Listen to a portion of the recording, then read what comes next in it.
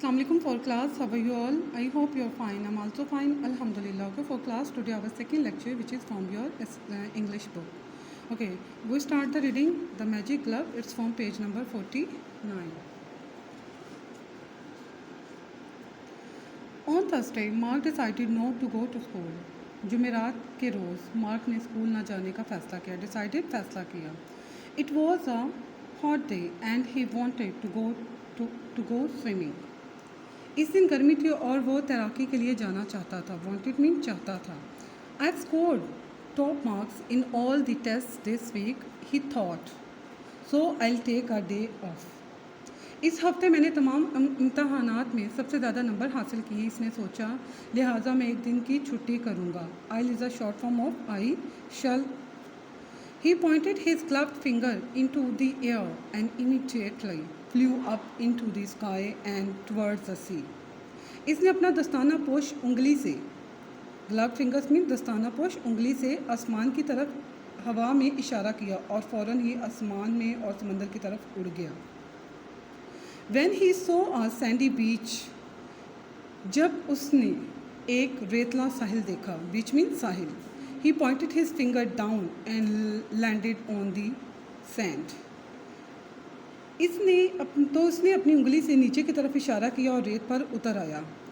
All day long, सारा दिन. He lay under the trees and ate delicious mangoes and bananas. सारा दिन वो दरख्त के नीचे लेटा रहा और मज़ेदार आम और केले खाता रहा.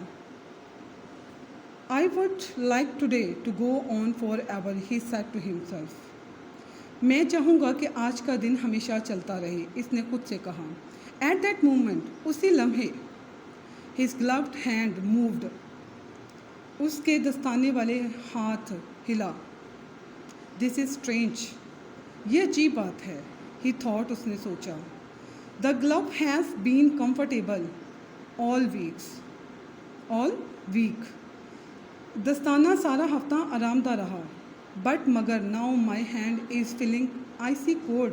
मगर अब मेरा हाथ बर्फ़ की तरह ठंडा हो रहा है. He decided to go for a swim. So he took off his shirt and the glove and laid them on the sand. इसने तैराकी के लिए जाने का फ़ैसला किया, लिहाजा इसने अपनी कमीज़ और दस्ताने उतारे और उन्हें रेत पर रख दिया. While he was swimming, he was surprised to see a monkey walking along the beach. जब वो तैर रहा था तो एक बंदर को साहिल पर चलते देखकर हैरान रह गया. It stopped and looked at Mark's cloth. ये रुका और उसने मार्क के कपड़ों की तरफ देखा. Oh no, oh नहीं, said Mark. मार्क ने कहा. I hope, मुझे उम्मीद है. He ran out of the water towards the monkey. वो पानी से बाहर निकला और बंदर के पीछे भागा. But the monkey picked up. लेकिन मंकी ने उठा लिया द गिलव दस्ताने को. लेकिन बंदर ने दस्ताने को उठा लिया. Put it on its hand, और उसे अपने हाथ पर पहन लिया. The monkey pointed it's finger up into the sky and flu into the air. बंदर ने अपनी उंगली से आसमान की तरफ इशारा किया और हवा में उड़ गया. ओ नो, ओ नहीं, क्राइड मार्क चिल्लाया. How shall I get home, मैं घर कैसे पहुंचूंगा. So if you see a sad boy walking towards the town, लिहाजा अगर आपको किसी उदास लड़के को शहर की तरफ जाता हुआ देखें, you will know him to be Mark, तो वो मार्क होगा, तो आप जान जाएंगे कि वो मार्क होगा. And don't be surprise if you see a monkey flying through the sky and wearing a coloured glove on its hand. और अगर आप किसी बंदर को आसमान पे उड़ते हुए और हाथ में एक रंगीन दस्ताना पहने हुए देखें तो हैरान मत हो. Now we solve the question number 2. Put the sentence in correct order. First of all, we read all the sentence, then we understand where from the sentence. Okay, Mark lost the glove. Mark का जो दस्ताना वो खो गया. Mark found the glove. Mark को glove मिला. Mark took the glove off. Mark ने glove को उतार दिया, दस्ताने को उतार दिया. Mark did well in class. Mark ने क्लास में अच्छा काम किया. Mark discovered that it was a magic glove. Mark को पता चला कि ये एक जादुई दस्ताना है. Mark put the glove on. Mark ने ग्लव को दस्ताने को पहन लिया. अब हम इन सेंटेंसेस को अरेंज करेंगे और अकॉर्डिंग टू रीडिंग हम इसको अंडरस्टैंड करेंगे कि कहाँ से ये फर्स्ट कहाँ से है, सेकंड कहाँ से लिया गया, बी कौन से पैराग्राफ में से है. Okay, first is Mark found a glove, it's number 1. Second is Mark put the glove on, it's number 2. And Mark discovered that it was a magic glove, it's number 3. Mark did well in the class, number 4. Mark took the glove off, it's 5. Mark lost the glove, it's 6.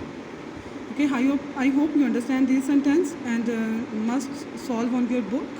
Okay, now we solve the question number 3. Read the sentences. In sentences को पढ़ें. Write true, T for true and F for false. Change the false sentences to make them true. Okay, ये sentences हैं, इनको हम लोगों ने पढ़ा है. जो true होगा, जो sentence उसे हम change नहीं करेंगे, लेकिन जो false sentence होगा उसे हमने false करने के बाद उसे correct में change भी करना है. So now start the verb. Mark paid the stallkeeper very little money for the glove. Okay, Mark ने दस्ताने के लिए बहुत थोड़ी रकम दी थी. इट्स रॉन्ग सेंटेंस, हम इसे करेक्ट करेंगे. Mark paid the stall keeper very little, wrong. हम वहाँ पे क्या लिखेंगे? No money for the glove. Then it's true. Mark open and close windows by opening and closing his hand. Mark खिड़की को बंद और खोल लेता था अपने हाथ के इशारे से. It's true statement. Mark succeeded at all kinds of things when he wore the glove. जब मार्क ग्लव को, दस्ताने को पहन लेता था तो वो सारे काम करने में कामयाब हो जाता था. It's a true sentence, so we cannot change the sentence. Mark's second week with the glove was better than the first week. It's wrong sentence, हम इसे true करेंगे. Mark's second week with the glove was not better than the first week. was के बाद क्या आएगा? not. then sentence ठीक हो जाएगा. Mark went swimming in a swimming pool. Mark swimming करने के लिए swimming pool में गया. नहीं, ये wrong है, हम इसे correct करेंगे. Mark went swimming in the sea. वो समंदर पर swimming के लिए गया था, swimming pool पे नहीं गया था. Mark took the glove off because his hand was too hot. Mark ने अपना ग्लव को उतार दिया क्योंकि उसका हाथ बहुत ज़्यादा गर्म हो गया था. इट्स रॉन्ग है. Mark took the glove off because his hand was too cold, not hot, cold. A monkey escaped with the glove. बंदर ग्लव को लेके भाग गया. It's a true statement. Okay, for class, I hope you understand this chapter. You must write question number 3 on your notebook and solve with the help of this lecture. Okay, have a nice day. Allah Hafiz.